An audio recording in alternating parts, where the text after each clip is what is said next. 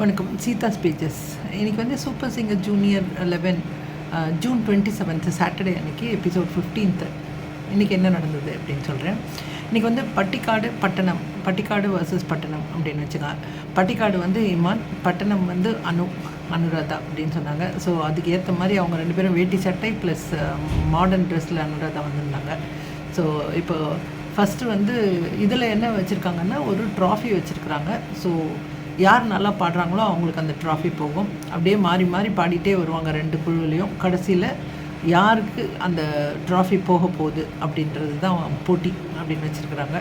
First பட்டிக்காடில் தான் பாட வந்தாங்க, ஸ்ராவணா பாட வந்தாங்க. ஆசையில் பாத்தி கட்டி அந்த பாட்டு பாடினாங்க. நல்லா பாடினாங்க, கான்ஃபிடெண்ட்டாக பாடினாங்க.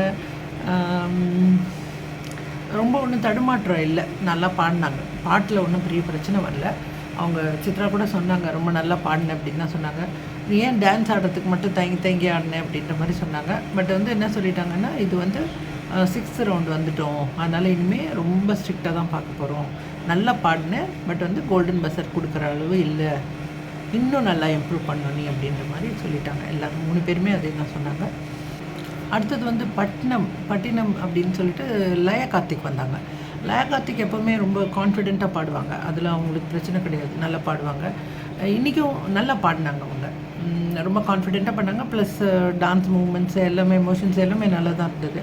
பட் வந்து இவங்களுக்குமே சித்ரா என்ன சொன்னாங்கன்னா, நீங்கள் அந்த ஆலாப்பில் வந்து எங்கே மேலே போகணும் எங்கே கீழே போகணுன்றதுல நீங்கள் ரொம்ப கேர்ஃபுல்லாக இருக்கணும், அங்கே கொஞ்சம் ஸ்லிப் ஆகிடுச்சு, இல்லைன்னா நான் பஸர் கொடுத்துருப்பேன் அப்படின்னு சொன்னாங்க.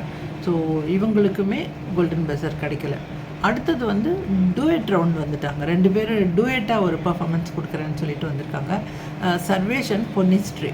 இவங்க 2 பேரும் வந்து தன்னானே தாமரப்பூ அந்த பாட்டு எடுத்து பாடினாங்க. 2 பேரும் நல்லா பாடினாங்க. நல்ல ஒரு ஜோஷ் இருந்தது, கொஞ்சம் நல்லா இருந்தது. 2 பேருமே நல்லா தான் இருந்தது. பட் வந்து இவங்களுக்குமே அதுதான் சொன்னாங்க, ஸ்ருதி அங்கே இங்கே போய் வந்தது, அதனால தான் இது வந்து அது நேச்சுரலி என்ன ஏறிட்டே போகுது இல்லையா. 6th வீக்கு 5th வீக்குன்னு அப்படி வீக் பை வீக் கொஞ்சம் ஸ்ட்ரிக்டாக தான் பிடிச்சி ஆகணும். அப்போ தான் அவங்க இன்னும் கொஞ்சம் ஒரு வேகத்தோடு, இன்னும் ஒரு போட்டி மனப்பான்மையோடு பாடுவாங்க. அது வேறு வழியே கிடையாது. குழந்தைங்களாக இருந்தாலுமே வேறு வழி கிடையாது, அவங்க சொல்லி தான் ஆகணும். ஸோ அதனால் இவங்களுக்குமே கோல்டன் கிடைக்கல. இப்போ ரியல் போட்டி வந்து மாக்காப்பாக்கும் பிரியங்காவும் தான் இருக்குது. பிரியங்கா வந்து எங்கள் டீமுக்கு வந்துடும், எங்கள் டீம் ஜெயிச்சிடும் சொல்லிட்டு இருக்காங்க. அவங்களும் ஜெயிக்கலை, இவங்களும் ஜெயிக்கலை, அப்படியே போயிட்டுருக்குது. அடுத்தது ஸ்ரீநிதி வந்தாங்க. அவங்க வந்து பட்டினம் ராவடி அந்த பாட்டு, இந்த பாட்டு நான் நினைக்கிறேன் யார் பாடினாலுமே அவங்க கோல்டன் பஸர் வாங்கிடுறாங்க அப்படின்னு தோணுது. ஸோ இவங்களும் நல்லா பாடினாங்க, உண்மையிலேயே ரொம்ப நல்லா பாடினாங்க. ஏன்னா இதில் வாய்ஸ் எல்லாம் வேறு சேஞ்ச் பண்ண வேண்டி பாடணும் இல்லையா, அதெல்லாம் சேஞ்ச் எல்லாம் பண்ணி ரொம்ப அழகாக பாடினாங்க. ஸோ இவங்களுக்கு மட்டும்தான் ஃபஸ்ட் டைமாக பஸர் கிடச்சிருச்சு. ஸோ அனுராதா பயங்கர ஹாப்பி, எங்களுக்கு வந்துடுச்சு அப்படின்னு சொல்லிட்டு ட்ராஃபி எடுத்துன்னு வந்துட்டாங்க. ஸோ இவங்க டீம் வின் பண்ணியிருக்குது ஃபஸ்ட்டு பஸர். அடுத்தது வந்து ஜியானா வந்தாங்க. ஜியானா நமக்கு நல்லா தெரியும், ஜியானா இஸ் அ வெரி குட் ஒரு பர்ஃபெக்ஷனிஸ்ட். ரொம்ப எல்லாம் எது பண்ணாலுமே ரொம்ப பர்ஃபெக்டாக பண்ணுறாங்க ஜியானா. ஜியானா வந்து இன்றைக்கி கண்ணு 2 ரங்கராட்டினோம் அந்த பாட்டு எடுத்தாங்க. எப்படி பாடாமல் போவாங்க, ரொம்ப அழகாக பாடினாங்க. நல்ல ஒரு ஸ்டேஜ் ப்ரெசன்ஸ் இருக்குது அவங்களுக்கு, நல்ல மூமெண்ட்ஸ் ரொம்ப அழகாக இருக்குது. பாட்டும் பர்ஃபெக்டாக பாடுறாங்க. ஸ்டேஜில் நடுவில் நடந்து போய் எல்லாரையும் ஒரு என்டர்டெய்னிங்காக வச்சிட்ருக்காங்க. லாஸ்ட்டில் வந்து அந்த கூலர்ஸை வேறு போட்டுக்கிட்டு ஒரு பாட்டு ஃபைனலாக பாடி முடித்தாங்க. ரொம்ப அழகாக இருந்தது, ரொம்ப நீட்டாக, ரொம்ப க்யூட்டாக இருந்தது. இது நிச்சயமாக அன்டவுட்டட்லி இது கோல்டன் பஸர் தான். இவங்களுக்கும் கோல்டன் பஸர் கிடச்சிது. ஸோ இப்போ ட்ராஃபி வந்து அனுராதா கிட்டேருந்து இமான் டீமுக்கு போயிடுச்சு. ஆக்சுவலி இவங்களுக்கு வந்து ஜியானாவுக்கு சித்ரா சொன்னாங்க, ஒரு நல்ல ஆட்டிடியூடு, அந்த ப்ரெசன்டேஷன் எல்லாமே ரொம்ப அழகாக இருந்தது, எல்லாம் சூப்பர் அப்படின்ற மாதிரி சொன்னாங்க. அதே மாதிரி இமான், இவங்க கான்ஃபிடென்ஸ் வந்து எல்லாருமே இது மாதிரி கற்றுக்கணும். எவ்வளோ ஒரு கான்ஃபிடெண்ட்டாக அவங்க ஒரு ப்ரெசன்டேஷன் கொடுக்குறாங்க, எவ்வளோ ஒரு கான்ஃபிடெண்ட்டாக பாடுறாங்க, அந்த அந்த கான்ஃபிடென்ஸ் வந்து இவங்ககிட்டேருந்து எல்லோரும் கற்றுக்கணும் அப்படின்ற மாதிரி இமான் சொன்னார். ஸ்ரீவர்தினி வந்து ஹலோ மிஸ்டர் எதிர்கட்சி அந்த பாட்டு பாடினாங்க, நல்லா பாடினாங்க. ஆனால் எனக்கு என்னமோ அந்த த்ரோ வரல அவங்களுக்கு அப்படின்னு தோணுச்சு.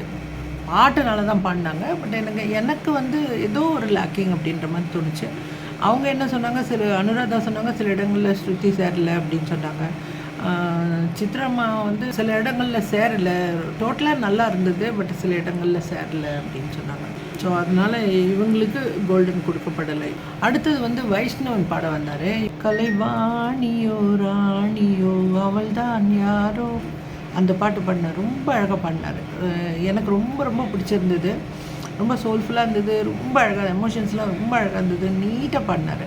ஸோ நான் வந்து இவருக்கு நிச்சயமாக கோல்டன் பஸர் கிடைக்கும் அப்படின்னு தான் நான் எதிர்பார்த்தேன்.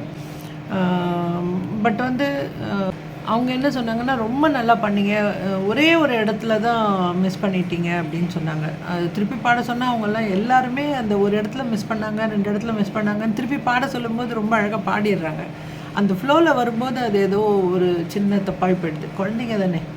ஸோ இவருக்குமே என்ன ஆச்சுன்னா, அந்த ஒரு இடத்துல தான் போயிடுச்சு, அதனால தான் கொடுக்க முடியலன்னு சொன்னாங்க. ஆனால் ஜஸ்ட் மிஸ்ட் அப்படின்னு தான் சொன்னாங்க. அப்புறம் இமான் சொன்னாங்க, உனக்கு கோல்டன் பஸர் கிடைக்காம போயிருக்கலாம், ஆனால் வந்து ரொம்ப சோல்ஃபுல்லாக இருந்தது, ரொம்ப நல்லா இருந்தது பாட்டு, மற்றதெல்லாம் விட அந்த சோல் ரொம்ப முக்கியம், உனக்கு அது ரொம்ப நல்லா இருந்தது, சோல்ஃபுல்லாக இருந்தது அப்படின்னு சொன்னார். ஸோ இவருக்கும் கிடைக்கல, ஜஸ்ட் மிஸ்ட் அப்படின்றத அவருமே இன்சிஸ்ட் பண்ணார். நீ வந்து நாங்கள் ரொம்ப பேசணும், கொடுக்குறதா வேணாமான்னு ரொம்ப ரொம்ப ஒரு பாயிண்டில் தான் நீ மிஸ் பண்ணியிருக்க அப்படின்றத அவரும் சொன்னார்.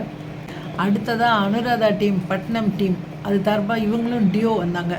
மெலடியன் அண்ட் டென் பர்னா 2 பேரும் சேர்ந்து வந்தாங்க.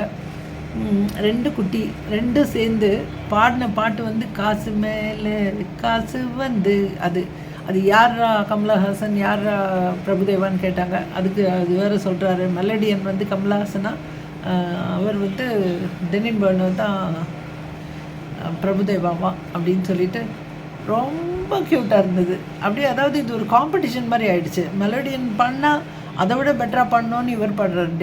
டெனிபனை விட நான் நல்லா பாடுவேன்னு இவர் பாடுறாரு. அந்த மாதிரி இருந்தது.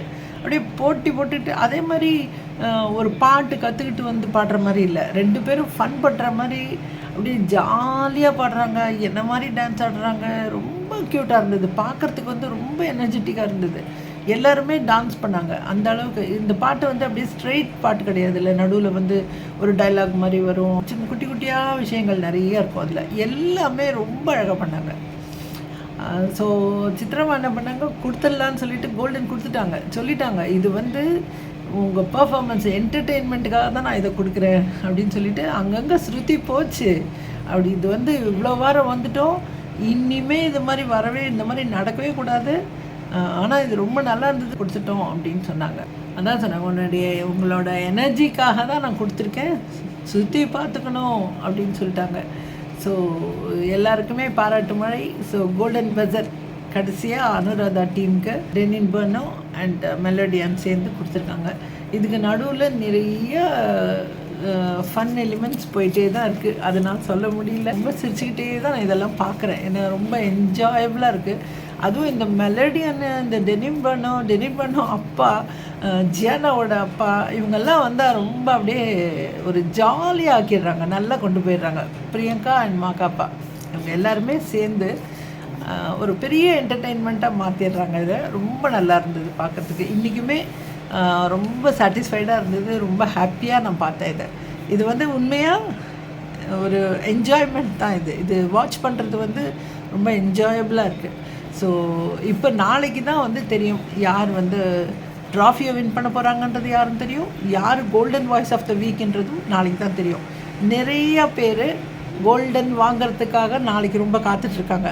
நாளைக்கு பெரிய காம்படிஷன், டஃப் காம்படிஷன் இருக்கும்னு தெரியுது நல்லா. ஸோ அது இன்றைக்கி இத்தனை பேர் பாடிட்டாங்க. ஸோ நாளைக்கு என்ன நடக்குது அப்படின்றது நான் பார்த்துட்டு சண்டே மீண்டும் உங்களை சந்திக்கிறேன். நன்றி, வணக்கம்.